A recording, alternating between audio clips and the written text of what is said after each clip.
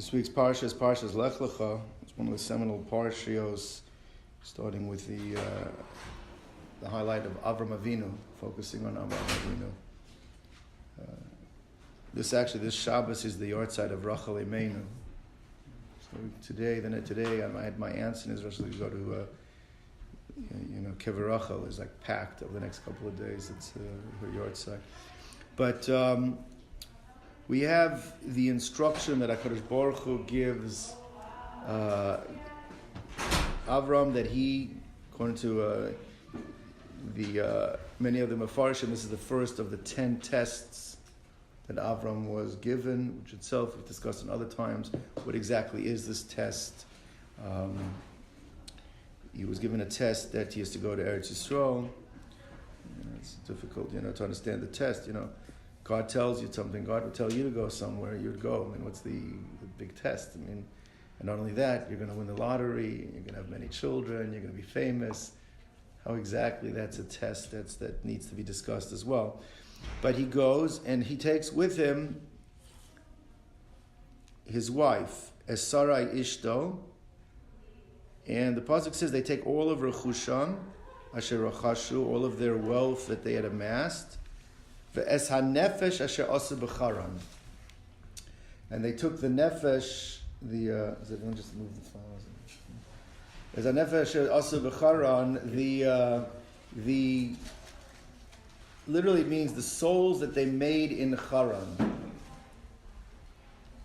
So what does it mean, the souls they made in Haran? So Rashi says, Shechnisum tachas kanfei Shechina, that these are Gentiles that they were able to convert them, bring them under the wings of the divine presence. And Rashi says, what does it mean plural? Asher asu, plural. So it says that Avraham megayeres hanoshim, v'Sara megayeres hanoshim. This power couple, this power kiruv couple. Avram worked on the men, Sarah worked on the women, and it was and they were successful. They got many souls to go along with them. Right? Spoke about last week that Avram Avinu's impact on the world, as opposed to Noach and even, those that came before Avram. You have Shem, you had others that believed in God and that had yeshivas, yeshiva of Shem va'Ever, but no one had the impact that Avram had. We also don't find that no one had a Sarah. Mm-hmm. They worked together, Avram and Sarah. And that, by the way, we know in general, when it comes to kiruv, you will find in terms of the impact on a family, if the woman is committed, it has an impact. When you get the man committed and the woman not so much, there probably is a divorce somewhere down the line. I'm not being cynical about that, but that's a much more difficult job. The woman has to get the woman has to get the buy-in. Right, but Avram was working on the men, and Sarah was working on the women. Very often, just in terms of the line of work that we deal with the men a lot. Get the men to come learn. We ignore the women. You get the man excited, and you don't get the woman excited. It's not as impactful. But they had two of them together, were very successful, and they took the souls that they made, literally made. It's like Medrash says that if a person takes an Ovid Kechavim and brings them tachas Anf Chashchina, as if you've remade them. That's why I don't say just convert them. You've rebuilt them. It's a new bria, a new creation. Went to Eretz Canaan. Abram then walks back and forth and travels around Eretz Canaan, and Hashem appears to him and tells him, "V'zar'acha etenes ha'aretz hazos." There's a blessing. He says, this land is going to be for your children. Avram builds a mizbeach, right? And then the pasuk says, "Vayatek misham ha'hora mikedem lebeis el." So then Avram relocates to the mountain east of Beis El, Vayet ohalo. And it says, and he pitched his tent. Right? So it's not the first time Abram's pitching his tent. Nevertheless, the pasuk says he pitched his tent. Rashi's bothered by the way the word ohalo is spelt, because ohalo, his tent, the suffix should be a vav, ohel shalo with a vav. If you look in the Torah the way it's written with a hey. Right? So this is the words of Rashi. Rashi says, ohalo. Ohalaksiv. Actually, the way it's written is it's her tent, not his tent. But chila nata es oel ishto, because he first pitched his wife's tent. V'achar kach es oel shalo, then he pitched his own tent. Pitched is to set the tent up. That's lintoa. I don't know what the exact word is. All right, so. 2 or 3 questions just to understand the simple pshat over here. So you take a look at all the Svarim. I looked around. They all quote the Rambam as a person's love for his wife should be equal to his love for himself, and his respect for her. L'chabda is yoser migufo. Like Avram Avinu, he first pitched his wife's tent before he did his own. There's no question. That's the Rambam says you have a responsibility to honor your wife more than you honor yourself. Love the same way, honor more. Okay. The question is, why is it teaching it now? First of all, why is that message being taught now? What, he didn't love her and honor her before? We've mentioned Sarah already when she was Megar the women, he's Megar the men. This is the first time you have to tell me he pitched her tent. Why is it also talking about in terms of to show this message by pitching her tent? That's the way he was mechabed her, by pitching her tent. Why is that the example that it's giving? But the strongest question, I saw the Meforshim already asked this question, is then just say, Vayet ohala. Why is it that the nekudot, the way the punctuation is, it's ohalo, his tent, but the letters are ohala. Just write straight out, Vayet ohala, and spell it ohala. Why is it writing it as if it's his tent in the Kri, in the way you read it, but what it's written is her tent. So we want to know what this message that he's pitching her tent, why is it being brought down in almost like a cryptic manner? To say he's pitched her tent. Why is it writing as his tent, but it's really her tent? Why is it now? Why is that message the Torah wants to give us? If it's just because he honored her more than, this is not it doesn't make sense that you're picking now as the example what he never pitched his tent before. Now you have to tell me he pitched his tent to show that it's her tent. And why is that message being taught now?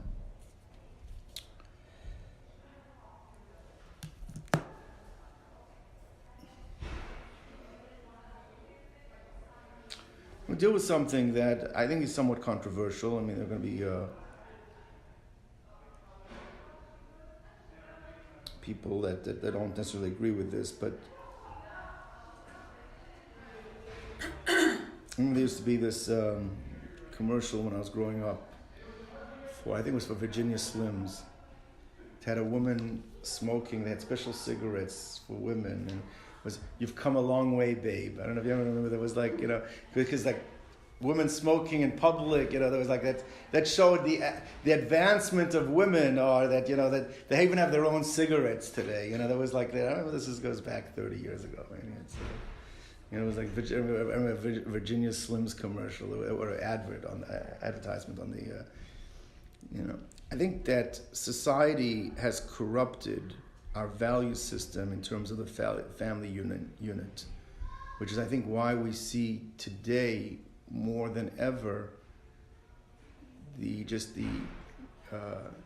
issues that are going on with our children that did not exist. I think just because we've got a completely skewed view as to what is important, what's not important in terms of the family unit. the whole idea that a woman feels fulfilled, that a woman can feel accomplished, is through her job. She's a lawyer, she's a doctor, there's equality, equal pay raise. I'm not saying all of that is not important, but we've now made it that the way women define themselves in terms of accomplishment is that they can be equal to men or even surpass men in terms of what they can do out there in the world. That's she's a lawyer, she's a doctor, it's almost embarrassing for a woman to say, I'm a stay-home mom. Like a stay-home mom is almost like a negative thing today. It's not, because that's not the way the world looks at it. Probably couldn't do anything else. It's almost a, and I think that we'll talk about in a moment how damaging I think that is, both for the psyche of the woman, but also the psyche of the family. In terms of the,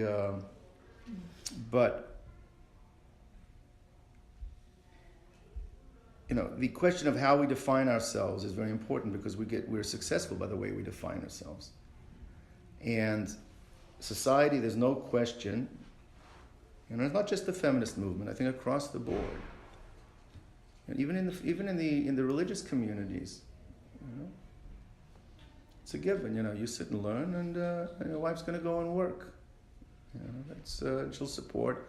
Now, again, there's a difference. Is that the way you're defining yourself, or that's something you have to do for practicality? Unfortunately, I think this is more than ever because of the way the economy is in the financial markets, and not only that, it's also on the lifestyles that we have come to accept that as the norm. It's almost impossible to make it on one salary, which means it's built in is that this concept of a stay-at-home mom is almost, it's like a rarity just because financially it can't. Either a person's going to make the commitment that I'm going to be willing to live at a certain level of lifestyle not equal to what my peers are, which creates its own problems, right? But if a person wants to live at any kind of level of lifestyle, or just even sometimes for basic necessities in most cases, you have to have two, But there's a difference between I have to do that for practical reasons, or that's what I'm doing to define who I am. And, there's almost this joke that, it's a joke, but it's every joke shows the attitude towards certain things. The famous, they say that according to the Torah law, a husband can have more than one wife. I always find Abram had Sarai and Hagar. You can have. There's more than. It's not a violation of Torah law. In the I think 8th century, 9th century, there was one of the leaders of the Jewish exile was called Rabbi Gershon. Gershon or Hagola, he came up with certain takanot, certain things that he put in place that from those times we still accept them. For example, one of them was, according to Torah law, a man can divorce a woman against her will. Give her the papers, done. He changed it. She has to accept. She has to willingly accept. You can't force her. That's one of his takonas that he did. The other takona is that you can't have more than one wife. So the joke is that they said that by the way, he was in the Ashkenazic Jewry. Sephardic Jewry did not accept that takona. It wasn't under their purview. Till I think the Sephardic rabbinate in Israel at some point accepted that is the normative halacha for Sephardim as well. But when they had all the Jews that came from Teman or came from, there was multiple wives because there was no takana on the Sephardim, just on the Ashkenazim. Anyway, so the joke goes that in Lakewood they're trying to repeal the takana of Rabbeinu Gershon, because you can't make it today on one salary. That's the but The point is that that's an attitude. It's like never in history was there a time when you say, okay, the wife is the sole breadwinner in the family. That was not a. But I think even that you can argue as long as it's done for practical reasons, not. But where it becomes a problem, and this is really the most important part of what I want to say, when it comes a problem is where the definitions change and we don't see the most important role that a woman has is of being a mother. And that's really, I think that from the Torah perspective, there's nothing more important in terms of definition. Obviously, women can be top lawyers, can be top doctors, whatever practically needs to be done. But in sort of definition and fulfillment, ultimately, the most important role that a woman will play in life, if obviously there's a certain biology required, but if she's able to have children, if not, then God has a different mission for her. But the most important mission that a woman will play in life is the role of mother. And society has undermined that. It's almost made that as like not as important.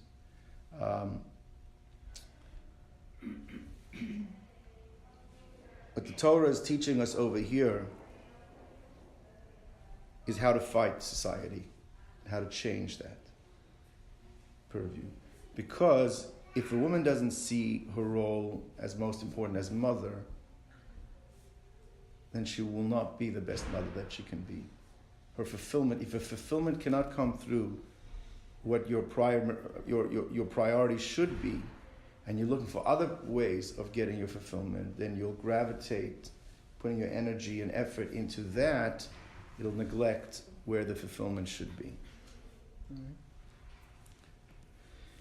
Take a look here. It's fascinating. Abram and Sarah, partners, equal. Abram's working on the men, Sarah's working on the women. Each one has their role. What changes here? Hashem comes to Avram and he lets him know this land will be for your children. Rashi brings down that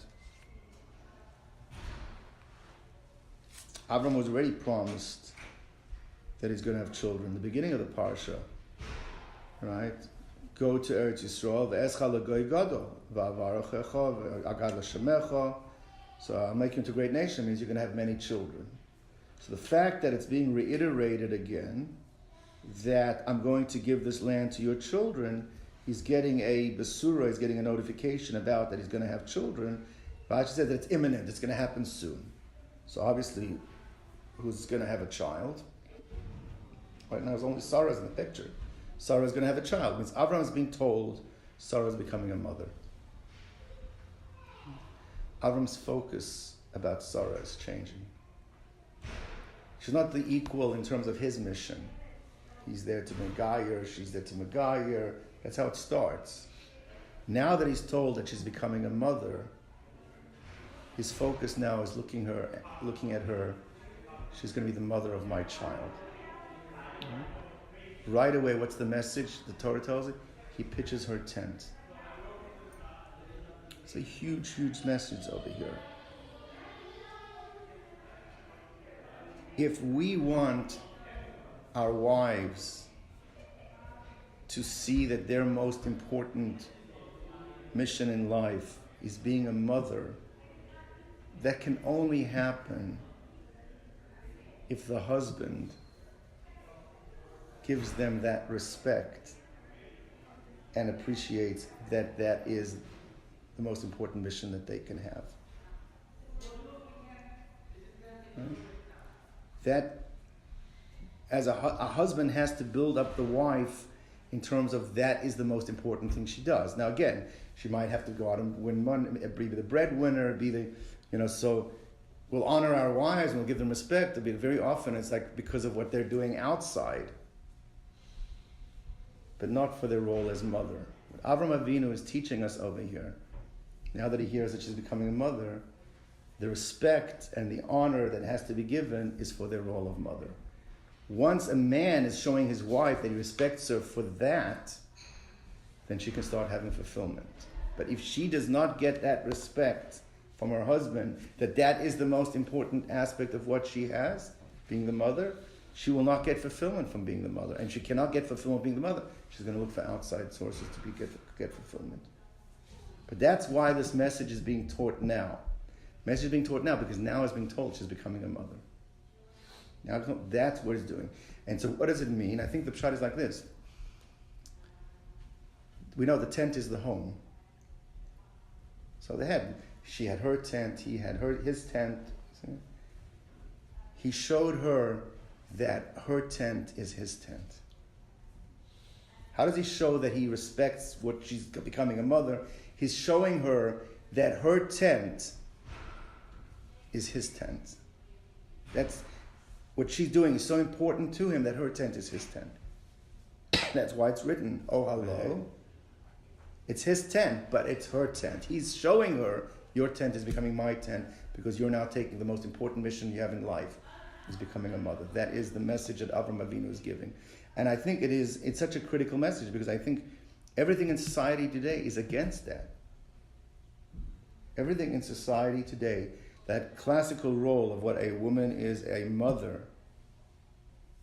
I'm not saying, listen, again, practicality does not allow most women to stay home and be mothers. It just doesn't allow that. So they have to do multitask. They have to be able to earn the money and be the mother. But in terms of you want the priority and the pride, then the husband has to show that that's the most important role. That if once the husband builds up his wife in that way, she will feel the same way about herself. That'll create that definition. That's over here. That's now Avram is being taught. So it goes from being equals in terms of the mission. Now her mission's changing. Mission now is you becoming a mother. It's a critical message that I think is lost on all of us. And I'll speak for myself as well. It's like I think it needs a husband to stay home a little and take care of the kids for a couple of days. That builds that appreciation for what it means to be. Sometimes you have to go through it. I'm sitting here making all the big decisions, and you're home trying to figure out what's going to be for dinner. But at the other hand, you take over and do that for a couple of days, and then you appreciate more. But it cannot be downplayed. The role that a mother has and the difficulty of what it means, and that role cannot be, and especially in today in society, we have to be proud of the fact that this is the mother. She might be a lawyer, might be a doctor, might be a teacher. That's all great. That means helping. Ultimately, that's the mission. The mission is to be the mother. What a mother can do to build up a home. As I said, you see it in Kiruv, you see it in that she's the Akeres Abayis. The Aramaic word for wife is debitu, his wife, his bias. It's the bias. The wife is the house. So if she sees that as the mission, the house is going to be successful. Doesn't see it as the mission, then there's going to be a lot of problems in terms of how the house is run. But that's not on the wife. The husband has to make her feel that that's the most important thing. That's the right. So good. So there is no question. This idea, I think, that honoring women and we should mechabed them more than ourselves, and that's not the main message over here. They say Rabbi Aryeh Levine, when he used to go to the doctor with his wife, the story, and he's still a doctor. Our foot hurts. Our foot hurts. It's her foot hurts. Our foot. He felt like one. There was one. My foot hurts too. But I think that's not the message here is much more than that. The message here is that that's the primary role, and in order for that role to work, there has to be that support from the husband in order for the woman to be able to feel that. And that's what Abram Avinu is teaching us over there. Now I understand why it's my Parsha. It's your Parsha?